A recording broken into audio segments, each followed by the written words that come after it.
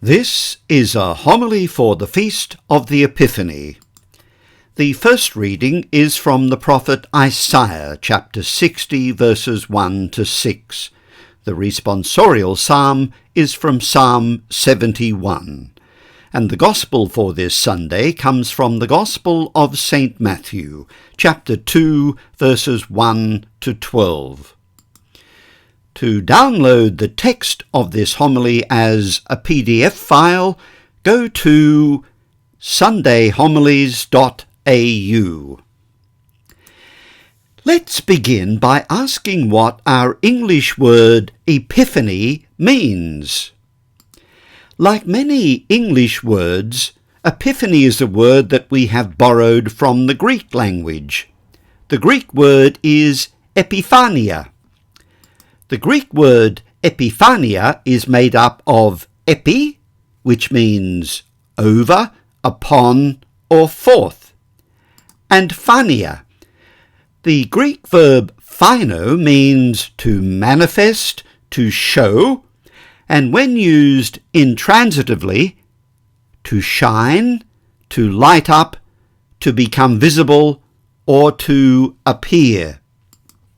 So the verb epiphino means to shine upon, become visible, or to appear. The noun epiphania means a manifestation, a shining forth, or an appearance. The English word epiphany makes its first appearance in the language sometime around 1310. It's spelt with a capital E, and it's used to refer exclusively to today's feast. But by about 1650, the word appears spelt with a lowercase e, and it's used to refer to other manifestations of Christ, but also to appearances of divine beings in other religions.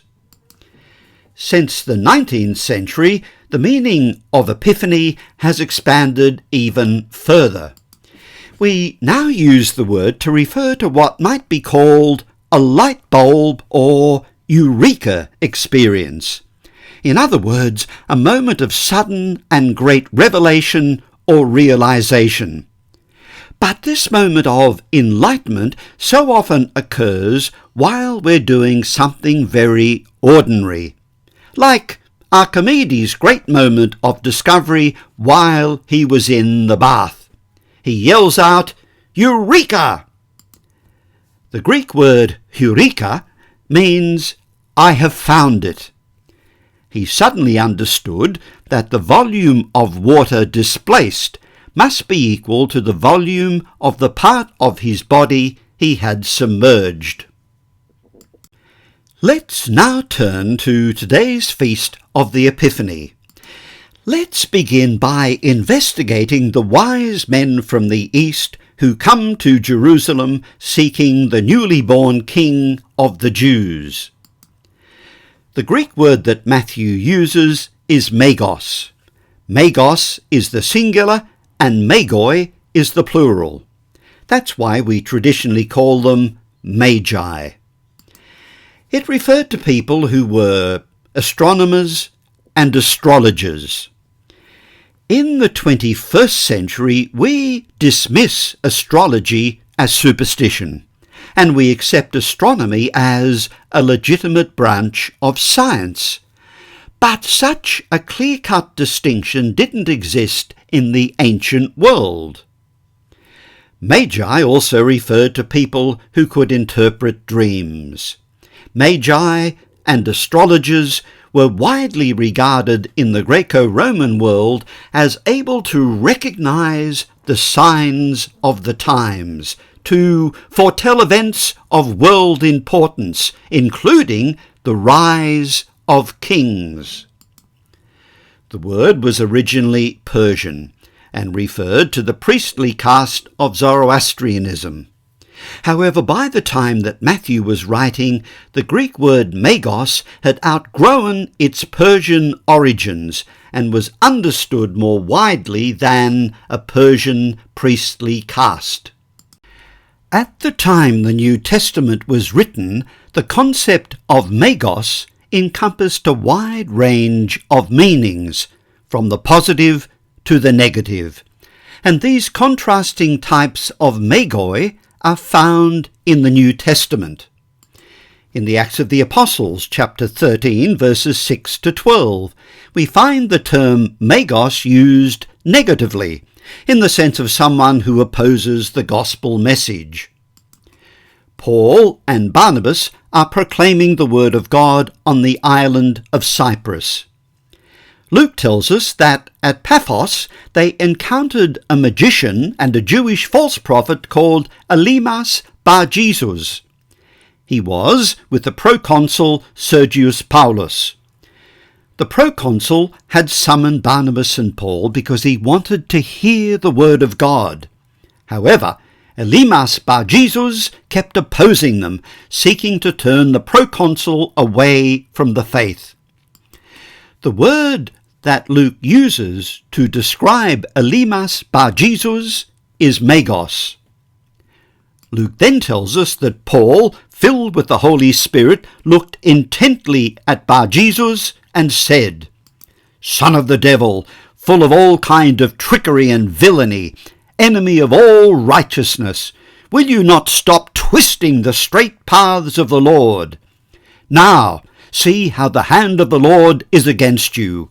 You will be blind, not seeing the sun for a time."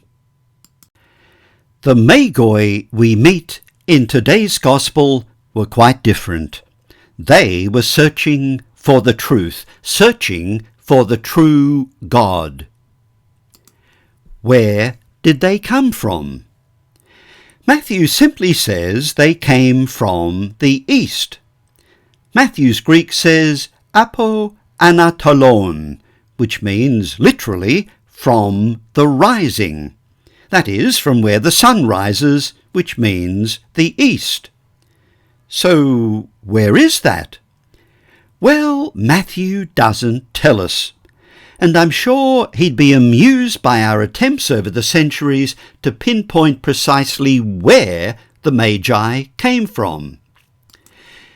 There was no consensus among early Christian writers. Great scholars such as Clement of Alexandria, John Chrysostom, Leo the Great, and Cyril of Jerusalem opted for Persia.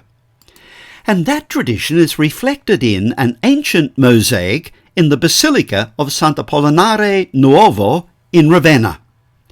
Inside the basilica, we find a mosaic of the wise men commissioned by the Roman Emperor Justinian in the 6th century.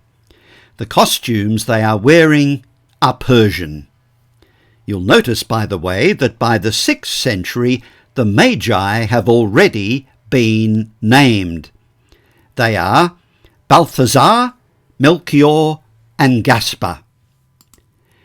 Jerome and Augustine took the position that the Magi were from Babylon, and Justin Martyr, Tertullian, Cyprian of Carthage, and Clement of Rome opted for Arabia. Although Arabia is to the southeast of the Holy Land, it was referred to as the East. For Matthew, the more important point is that these wise men from the East were obviously not Jews. So, in chapter 2 of his Gospel, he's sounding a note that will resonate throughout the Gospel. Gentile wise men are seeking the King of the Jews, but the Jewish leadership seems uninterested. At the very end of Matthew's Gospel, Jesus commissions his disciples to go forth and make disciples of all nations, baptize them in the name of the Father and of the Son and of the Holy Spirit. These two stories bookend Matthew's Gospel. At the beginning, we have Gentile wise men seeking Jesus. And at the end of the Gospel, Jesus sends his disciples out to all nations. Let's see what else we can find out about the Magi. Do we know when they arrived in Jerusalem? We have one very definite time marker. They met King Herod. We know that Herod died in 4 BC. A second time marker concerns the star the Magi saw. There was a conjunction of the planets Jupiter and Saturn in the constellation Pisces in 7 and 6 BC.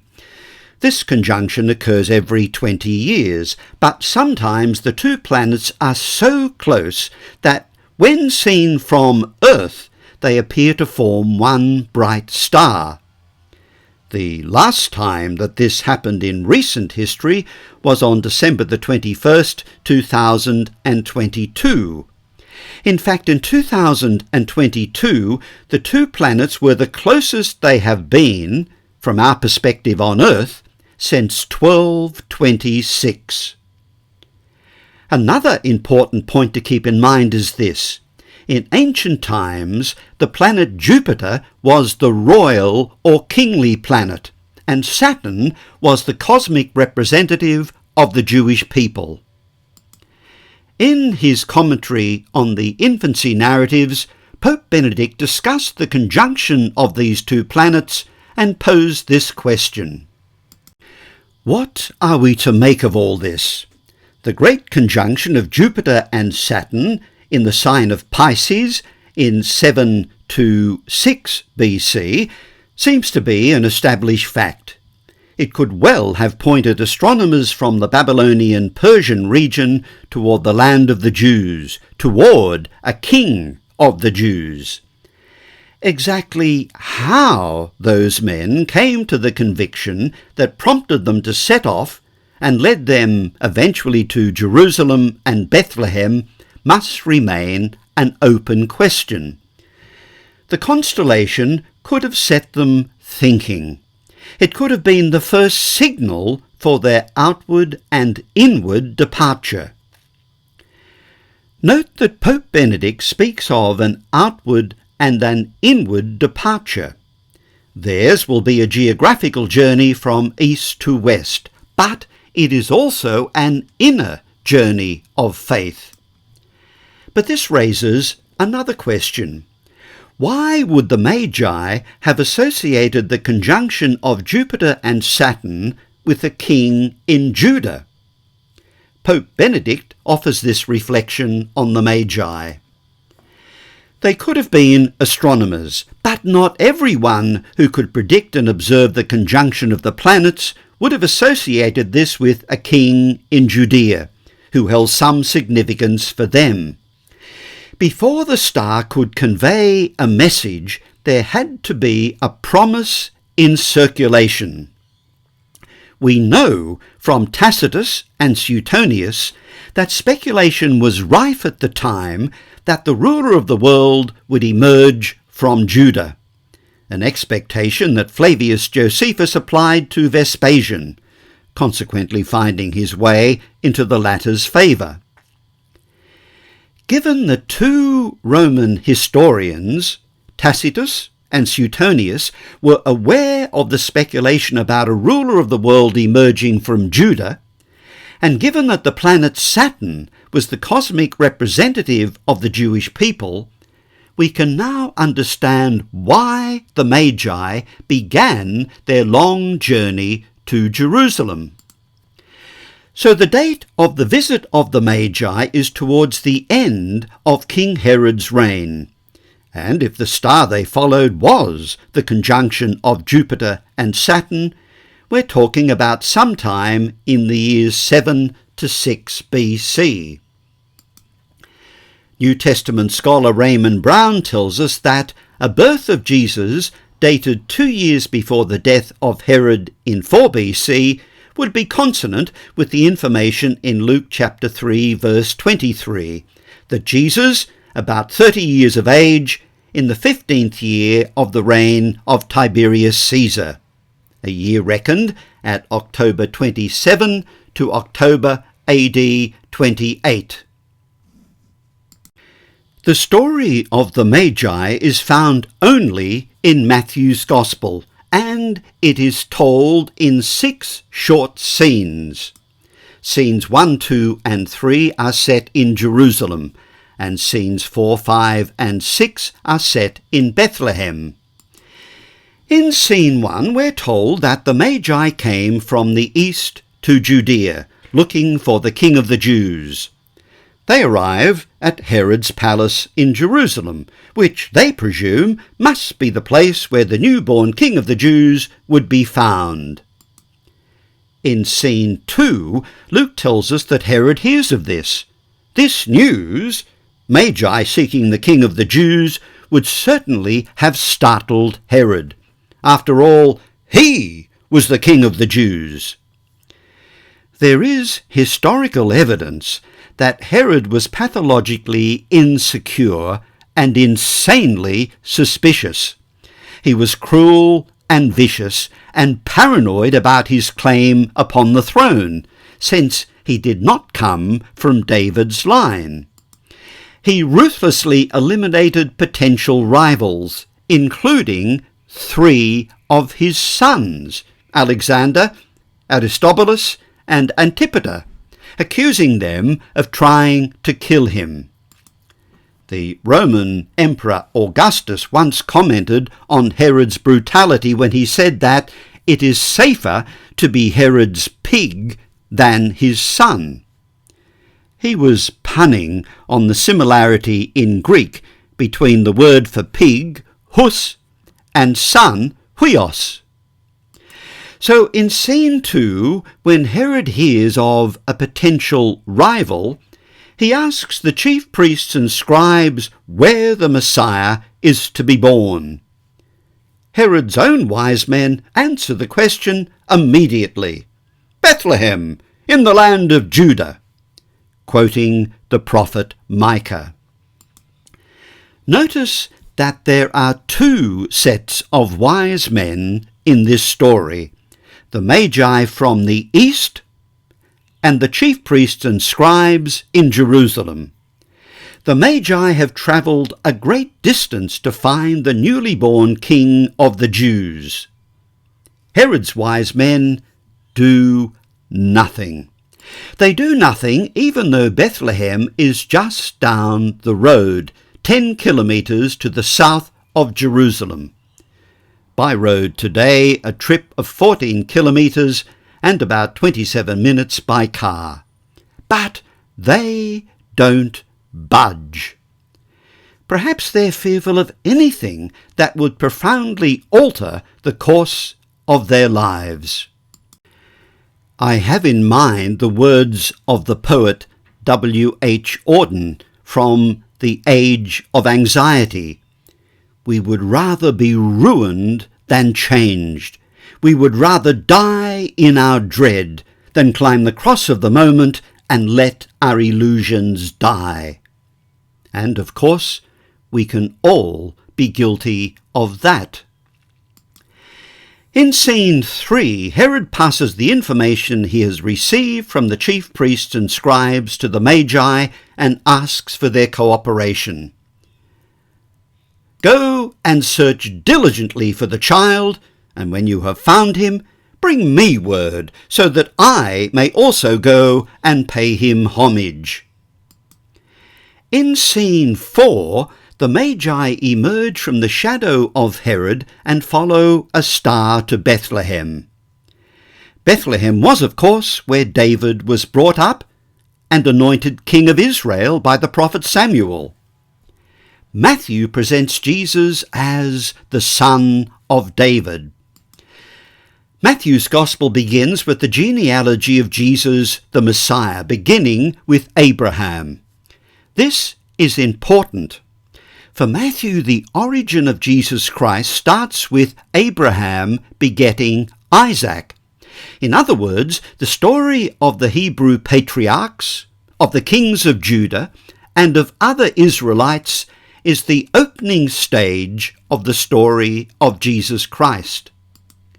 Matthew tells us the sum of the generations is therefore 14 from Abraham to David, 14 from David to the Babylonian deportation, and 14 from the Babylonian deportation to Christ. So, there were 14 generations from Abraham to David, 14 generations from David to the Babylonian deportation, and 14 generations from the Babylonian deportation to the birth of Jesus, who is called the Messiah. The ancient Hebrews did not use Arabic numerals as we do. Letters of the Hebrew alphabet had a numerical value.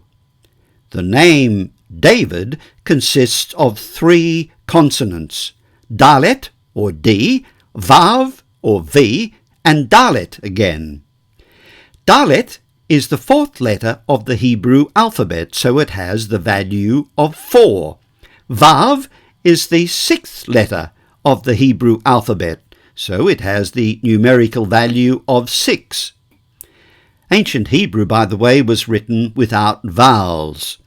So if you add up the numerical value of the 3 letters in the name David, you get 14. So the whole structure of the genealogy is Matthew's way of telling us that the long story of Abraham's people will come to its fulfillment with a new David, who will rescue his people from their exile. That is, he will save his people from their sins. In scene 5, the Magi's long journey ends as they enter the house, find the child with Mary, his mother, and pay homage to the child. The verb that Luke uses is proskuneo, which means to worship, to bow down, to prostrate oneself. The noun is proskunesis. Pope Benedict offers this reflection. The wise men do a proskunesis before the royal child. That is to say, they throw themselves onto the ground before him. This is the homage that is offered to a divine king. The gifts brought by the wise men may be explained in similar terms. They are not practical gifts of a kind that the Holy Family might have had a use for at this moment. They express the same thing as the proskunesis.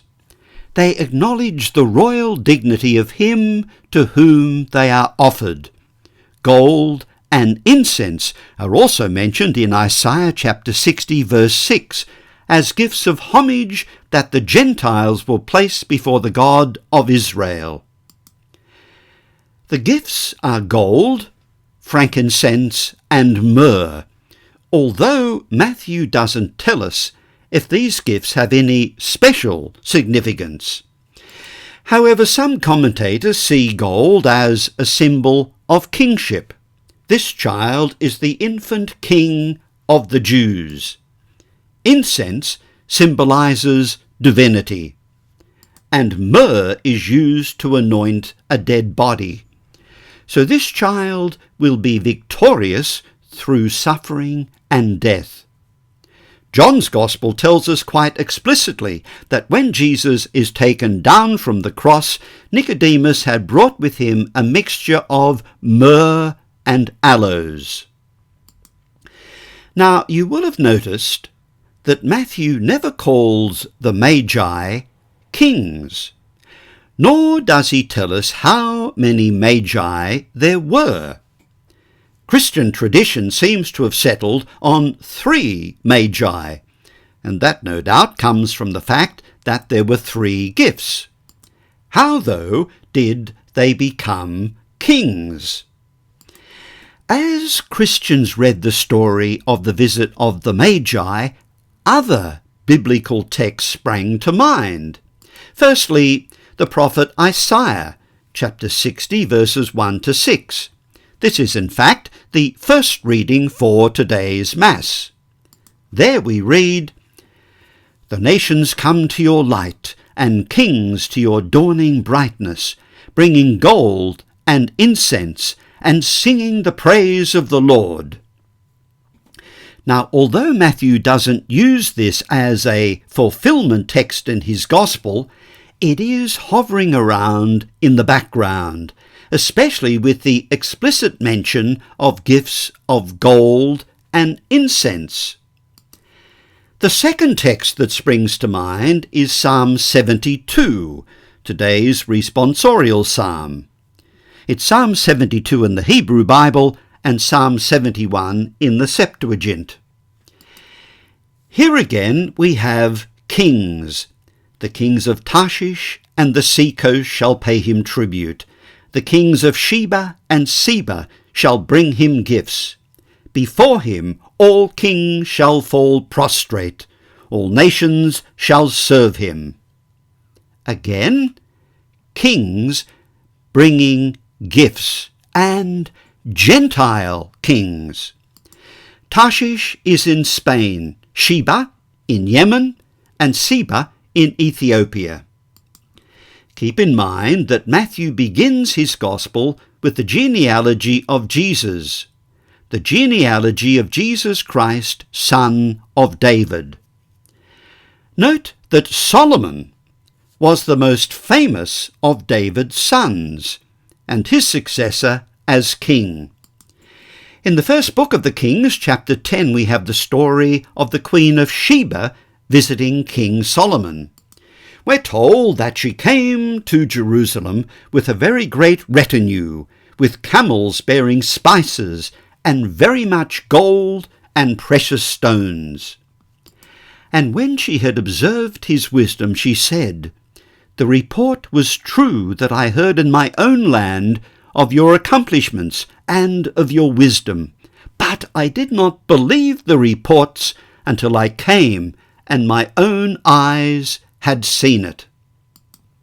Later, in Matthew's Gospel in chapter 12, Jesus refers to this scene from the first book of Kings when he says, "The Queen of the South came from the ends of the earth to hear the wisdom of Solomon. And see, there is something greater than Solomon here." So, Matthew's story of the Magi, set against the backdrop of Isaiah chapter 60, Psalm 71, and the first book of the Kings, is telling us, here in this child there is someone far greater than Solomon. Here we have the true Son of David, and in him the glory of God now appears. In scene 6, the Magi leave Bethlehem, being warned in a dream not to return to Herod.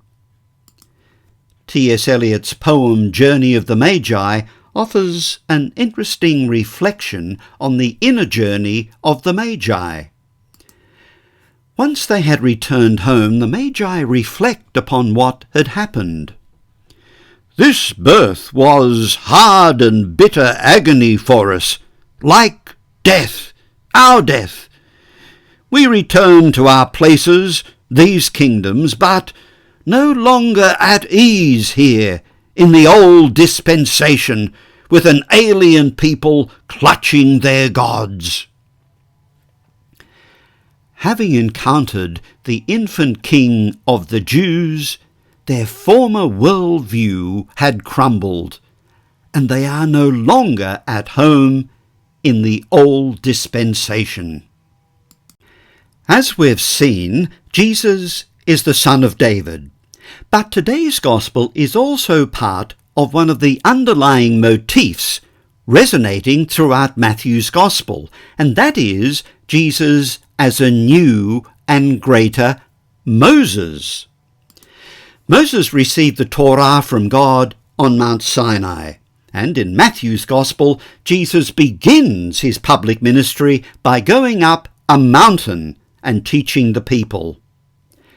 But let's now see how the story of the Magi reflects the Exodus motif. In both the Exodus story and the Gospel of Matthew, there is a tyrant. In the book of Exodus, we meet Pharaoh, who enslaves the Jews, And in the Gospel of Matthew, we have King Herod, who wants to kill the newly born King of the Jews, whom the Magi are seeking.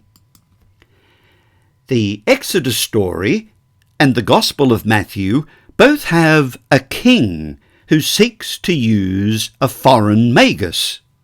In today's Gospel, Herod seeks to use the Magi to discover the whereabouts of the newly born King of the Jews.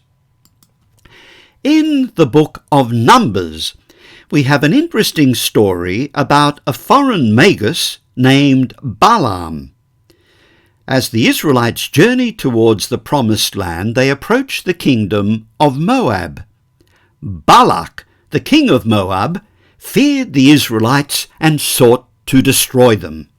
To accomplish this purpose, Balak summoned a famous seer named Balaam to put a curse upon Israel. The Jewish writer Philo refers to Balaam as a magus. In the words of Raymond Brown, Balaam foiled the hostile plans of King Balak by delivering oracles that foretold the future greatness of Israel and the rise of its royal ruler. In other words, the wicked king sought to use the foreign magus to destroy his enemy, but the magus actually honoured his enemy. Obviously, this is very close to the story of Herod and the Magi. In both stories there is a slaughter of baby boys. Fearful of the growing number of Jews in his kingdom, Pharaoh orders that all Jewish baby boys be killed. In Matthew's Gospel, Herod, wanting to destroy a possible rival, gives orders to kill all male children 2 years old or younger in Bethlehem and its surrounding district. The Exodus story and the Gospel of Matthew both have someone named Joseph, whom God speaks to through dreams. In the book of Genesis, we have the story of Joseph, the son of Jacob. In the Gospel, we have Joseph, the husband of Mary. In both stories, there is a journey into Egypt. The family of Jacob take refuge in Egypt during a time of severe famine. Joseph, Mary, and Jesus flee to Egypt to escape the clutches of King Herod. In both stories there is a departure from Egypt. The book of Exodus recounts the story of the Jews being led by Moses out of Egypt. In Matthew's Gospel, the Lord appears in a dream to Joseph, telling him to return to Israel because those seeking the child's life are dead.